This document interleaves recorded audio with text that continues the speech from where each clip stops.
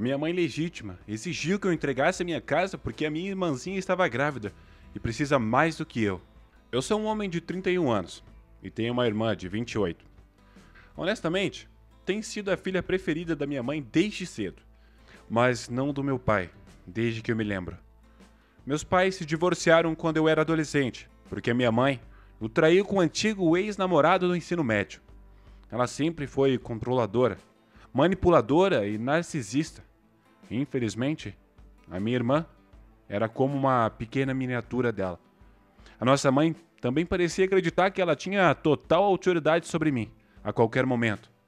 Ela apenas estalava os dedos e me dava ordens como um cachorro. Era humilhante. E a minha irmã sempre apoiou também. Então, não é surpresa que eu fui morar com meu pai em tempo integral, depois que nossos pais se separaram, enquanto a minha irmã ficou com a minha mãe. As duas eram muito parecidas e praticamente pararam de falar com meu pai, a menos que fosse sobre dinheiro. Embora eu seja mais parecido com meu pai era muito voltado aos negócios e começou a me ensinar como fazer o seu trabalho desde que eu tinha 16 anos. Fiquei muito bom. E depois de 12 anos trabalhando para o meu pai, tornei-me sócio da empresa dele. As coisas estavam ótimas, mas cerca de 8 meses atrás, uma tragédia aconteceu. Meu pai ficou um tanto comprometido por ter sido fumante durante grande parte da sua vida e morreu com apenas 60 anos depois de pegar a Covid-19. Conheci minha mãe e minha irmã pela primeira vez em anos, que tivemos um funeral socialmente distanciado do meu pai por meio de uma videochamada. O meu pai foi cremado por seu próprio pedido e enterrado em um cemitério local. Então, não havia corpo ou caixão. A minha irmã parecia triste, mas a minha mãe parecia indiferente o tempo todo. Embora eu honestamente não tenha ficado surpreso. A última vez que ela viu meu pai, ela gritou com ele que ele deveria dar mais dinheiro a ela. Então, ameaçou processá-lo e ele riu dela. Ele pagou pensão alimentícia que estava sendo legalmente obrigado, e não mais do que isso. E até colocou $30.000 no fundo da faculdade de minha irmã. Mas 10 anos depois do divórcio, ele não era mais obrigado legalmente a enviar dinheiro para minha mãe, por causa da decisão de um juiz. E ela não estava quebrada também não. Ela tem dinheiro. Ela trabalha no mesmo emprego por quase 3 décadas. É proprietária da antiga casa de família que costumávamos dividir. E até aluga 2 quartos para o Airbnb regularmente. Ela não está sofrendo por dinheiro. Pois bem, algum tempo depois do funeral, o testamento do meu pai foi lido. Aparentemente, ele imaginou que, se fumar muito não acabasse com ele, outra coisa faria. Ele até brincou sobre isso em um vídeo pré-gravado. Ele praticamente deixou tudo para mim pré-estabelecido. Todos os seus bens e a maior parte de seu dinheiro, de sua empresa e sua casa. Ele deixou para minha irmã um carro, um Nissan 2015, e cerca de $10.000 em dinheiro. A minha mãe só recebeu $1.000 e alguns outros itens que ela afirmava serem dela por direito desde o divórcio. Além disso, eu tenho um resto e minha namorada. Agora mora comigo na casa que meu pai deixou em meu nome. A minha irmã praticamente não terminou o final dos 2 anos de faculdade comunitária para viver com um namorado e trabalhar apenas meio período online por vários anos. E durante esse tempo, ela engravidou, mas sofreu um aborto traumático. Eu não sabia até depois do funeral, porque praticamente não tínhamos contato, e ninguém mais me disse. Quando o bloqueio do Covid-19 atingiu o emprego do namorado dela, começou a diminuir o salário pouco a pouco, e eventualmente ele só conseguiu ficar meio período, o que prejudicou as finanças dela e dele, a ponto de finalmente dizer a ela que ela precisava procurar um emprego melhor também, já que ele estava tentando encontrar um segundo emprego. Então, ela engravidou. Ela afirma que ela e o namorado foram cuidadosos, mas eles chamaram isso de bebê milagroso. Uma noite, ouvi uma batida inesperada na minha porta, e quando atendi, fui saudado de forma desagradável por minha mãe e minha irmã. As duas entraram sem nem pedir e se acomodaram na minha sala. Minha namorada e eu compartilhamos um olhar confuso, e perguntei por que elas vieram. A minha irmã estava rindo, olhando para todas as portas e abrindo tudo. aparentemente fazendo um tour pela minha casa. A minha mãe tinha acabado de se jogar no meu sofá e estalou os dedos enquanto exigia um copo de água gelada. Minha namorada pegou a água para ela e eu perguntei por que elas estavam aqui. A minha irmã parecia toda tonta e simplesmente me ignorou para continuar bisbilhotando a minha casa. Em pouco tempo, eu a ouvi gritar no final do corredor: "Mamãe, é perfeito aqui!" Sim, ela ainda chama de mamãe. Minha mãe finalmente disse: "Bem, acho que é hora de você cumprir o seu dever fraterno." Fiquei sem entender por um momento. A minha mãe então começou a dizer: "Agora que seu pai faleceu, deveria ter ido para mim, já que eu era a única esposa. Mas você simplesmente pode consertar isso. Você ganha muito dinheiro e poderia simplesmente comprar uma casa nova. A sua irmã precisa muito mais dessa casa, porque ela tá com um bebê a caminho. Mas se você está determinado a ficar, pode ficar com um quarto e pagar todas as contas até decidir se mudar." A minha namorada e eu já estávamos cientes onde exatamente isso estava indo e como seria se eu deixasse continuar. Então, acho que eu poderia dizer para você que estávamos mentalmente preparados. Eu respirei fundo e disse em voz alta: "Isso não está acontecendo. Quem você pensa que é para me dar ordens? Ainda mais na minha própria casa. E sim, eu ganho muito dinheiro, mas como papai, eu vou guardá-lo para quando eu realmente precisar. Não que você se importe." A minha mãe começou a estalar os dedos para mim como costumava fazer e começou a dizer em voz alta: "Pare já! Eu sou a sua mãe. Você fará o que eu disser, porque eu trouxe você a esse mundo e eu sou a única no comando aqui, no que diz respeito a você. Eu sou Deus. Isso significa que quando eu digo pule, você diz com alto: essa casa é minha por direito e a sua irmã vai morar aqui. Considere isso seu despejo formal. Mas como eu sou gentil, darei a você 2 semanas para fazer as malas e transferir a casa para mim." No fundo da minha mente eu tô pensando: isso não pode ser real. Mas então peguei o meu celular e comecei a discar. Minha mãe rapidamente se levantou e gritou: "O que você está fazendo?" Eu retruquei: "Vou fazer o que deveria ter feito quando isso começou. Eu vou chamar a polícia para tirar vocês da minha casa." Ela começou a bater em mim e conseguiu derrubar o meu telefone das minhas mãos. Então, ela começou a tentar pisar nele para destruí-lo, mas fui rápido o suficiente para pegá-lo antes que ela pudesse. "É isso. Se você não for embora, eu vou te forçar a sair." A minha mãe começou a me dar um tapa na cara e eu retribuí o favor derrubando-a de volta no sofá. Ela colocou a mão sobre o rosto avermelhado e manchado de maquiagem, em choque total, e então gritou: "Como você ousa?" Voltei a discar no meu telefone e disse que se ela não fosse embora, eu mandaria a polícia vir e removê-la à força.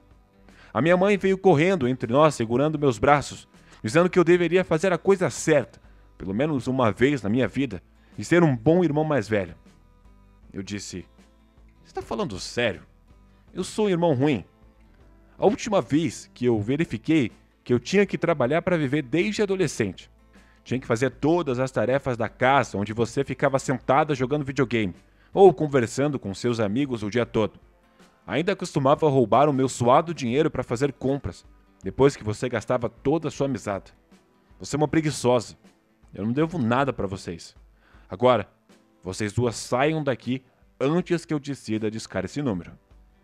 A minha irmã começou a chorar como um bebê e disse: "Mamãe, faça ele parar, por favor." Minha mãe então começou a abraçá-la, beijando suas bochechas enquanto me lançava um olhar mortal. Então, ela pareceu perceber que eu realmente ia discar e disse: "Você sabe, se você chamar a polícia, eu posso apenas dizer a eles que você me bateu. E quem sabe eu poderia dizer a todos que você queria fazer muito pior para uma pobre garota grávida e necessitada. Eu não acho que isso seria uma coisa muito boa para você." Eu a cortei com a mão levantada e disse: "Apenas pare. Se você não percebeu que a minha namorada estava com o telefone dela, gravando o tempo todo, isso significa que registramos evidências de você me agredindo primeiro e declarando abertamente que você ia mentir para a polícia. Eu não acho que seria tão bom para sua reputação em seu trabalho ou seu pequeno Airbnb. Se o olhar pudesse matar, A minha mãe teria me explodido como uma bomba nuclear, mas ela rapidamente murchou e começou a arrastar a minha irmã chorando pelo braço. A minha irmã estava, de alguma forma, agindo como uma criança completa e se soltou do braço da minha mãe para se sentar no degrau da varanda. Eu apenas dei uma olhada para minha mãe e disse: "Você vê? Agora esse é o resultado da maneira mimada como você criou." Ela olhou para mim e eu fui presenteado com um show de minha mãe tentando arrastar a minha irmã para fora dos degraus da minha varanda. Mas ela se agarrou ao corrimão da varanda e continuou dizendo: "Você me prometeu!" E ficou repetindo isso. Eu soltei uma gargalhada e disse a ambas da porta para nunca mais voltar. A minha mãe me mostrou o dedo do meio e depois voltou a tentar arrastar a minha irmã para fora da varanda. Demorou alguns minutos, mas finalmente ela conseguiu que a minha irmã se levantasse e saísse com ela dizendo que eu sou um idiota cruel e sem coração que irá para o inferno por isso. Eu ri um pouco mais. Disse que há um lugar especial no inferno para mentirosas e narcisistas que tentam manipular os outros para conseguir o que querem. A minha mãe cerrou os punhos e estava prestes a dizer mais coisas. Quando eu segurei meu celular novamente com a gravação, disse: "Relógio está correndo, mãe. Saia da minha propriedade."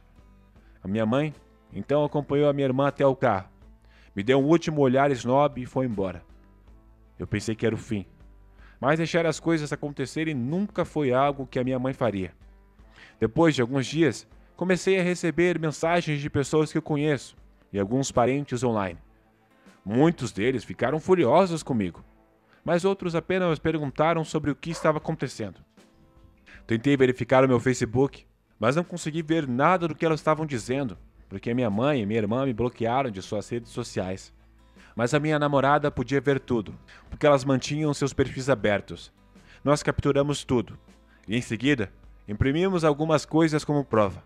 Ambos os perfis tinham postagens que me chamavam de idiota, ganancioso e sem coração, que eu havia roubado a casa que deveria ser herança da minha irmã, pagando o advogado que cuidou do testamento do meu pai. O que é uma mentira completa e absoluta, e ambas sabem disso. Liguei para o meu advogado, que também era advogado do meu pai, e amigo de confiança da família, e dei a ele cópias de todas as capturas de tela do Facebook e o vídeo que minha namorada gravou no dia que minha mãe exigiu minha casa. Ele queria apenas fazer um acordo e arquivar o caso, mas eu queria ir além disso. Então, ele enviou a elas uma carta formal. Eu disse a ele para escrever por correio, que elas tinham que assinar, para saber se elas iam realmente receber. A minha mãe me ligou furiosa no mesmo dia em que a carta foi entregue. Na carta dizia que se ela e a minha irmã não redigissem todas as postagens falsas nas redes sociais que fizeram sobre mim e dissessem a verdade absoluta, então eu enviaria todas as informações que eu tenho para toda a família, até mesmo para o chefe dela, e ia enviar os vídeos que gravamos e ainda processá-las. Ela me chamou de irracional e que fez o que fez apenas pelo bem da minha irmã. E então deu uma palestra completa, reiterando a sua crença de que minha irmã ainda precisa mais da minha casa do que de mim. Afirmei sem rodeios que não me importava o que ela pensava, e que se ela não redigisse tudo e dissesse a verdade, eu me certificaria de que a sua carreira estaria acabada. E então, ela se rendeu. Tá bom, você ganhou. Mantenha essa casa estúpida com você. Antes de desligar o telefone, naquela mesma noite, todas as postagens mentirosas desapareceram de seus perfis. Eu fui desbloqueado e a minha mãe deu a mim e a todos os outros um pedido de desculpas, alegando que ela armou tudo e ainda disse que ela pensou que a minha irmã precisava mais da casa do que eu, porque ela engravidou. Mas a realidade era que a casa era minha por direito, de acordo com o testamento do meu pai. E ela sabia disso antes mesmo de meu pai falecer. Então, ela não tinha direito de tentar reivindicá-lo. Quanto à minha irmã, ela também se desculpou. Mas, mais ou menos. Ela apenas repetiu tudo o que a nossa mãe disse enquanto afirmava que ela apenas concordava com as suas ideias. Então, ela culpou nossa mãe e seus hormônios da gravidez pelo que fez. As respostas choveram por um tempo nos perfis de minha mãe e de minha irmã. Muitos furiosos com ela por tentarem tirar a minha casa. Eu recebi muitas mensagens de desculpas de pessoas que antes acreditavam nela. Mas tudo o que realmente fez foi me mostrar quem estava mais do lado dela. já que todos estavam acreditando em suas bobagens tão rapidamente. Eram principalmente pessoas do lado dela da família. De qualquer maneira, ninguém do lado do meu pai acreditou nela e disse isso abertamente. A minha irmã e seu namorado acabaram indo morar com a nossa mãe para economizar dinheiro, mas ela os colocou no porão para manter o seu Airbnb funcionando. E a minha irmã começou a chorar nas redes sociais que não pode morar no andar de cima. E tenho certeza de que as duas estão brigando, porque tudo que a minha irmã faz depois disso foi reclamar online. E a minha mãe quase não postou mais nada por causa da façanha anterior que ela tentou. E se você chegou até aqui, essa é apenas uma parte da história. A parte 2 ainda fica mais intensa e louca. E ela vai estar no próximo vídeo. Então, se você ainda não se inscreveu no nosso canal, ative as notificações para que você não perca. E dê um joinha como garantia reserva. Pessoal, na minha opinião como narrador da história, a primeira coisa estranha que me ocorreu, que era óbvia demais para não dizer nada, foi quando a irmã e a mãe apareceram na casa de repente do irmão. A única maneira de entender essa situação foi que a mãe simplesmente deve ter dito que ela tinha direito à casa e por algum motivo a irmã acreditou nisso. Ou a irmã é tão ingênua de pensar que, independentemente de quem é o dono da casa, a mãe tem o poder de tirar aquela propriedade do dono e entregá-la a ela.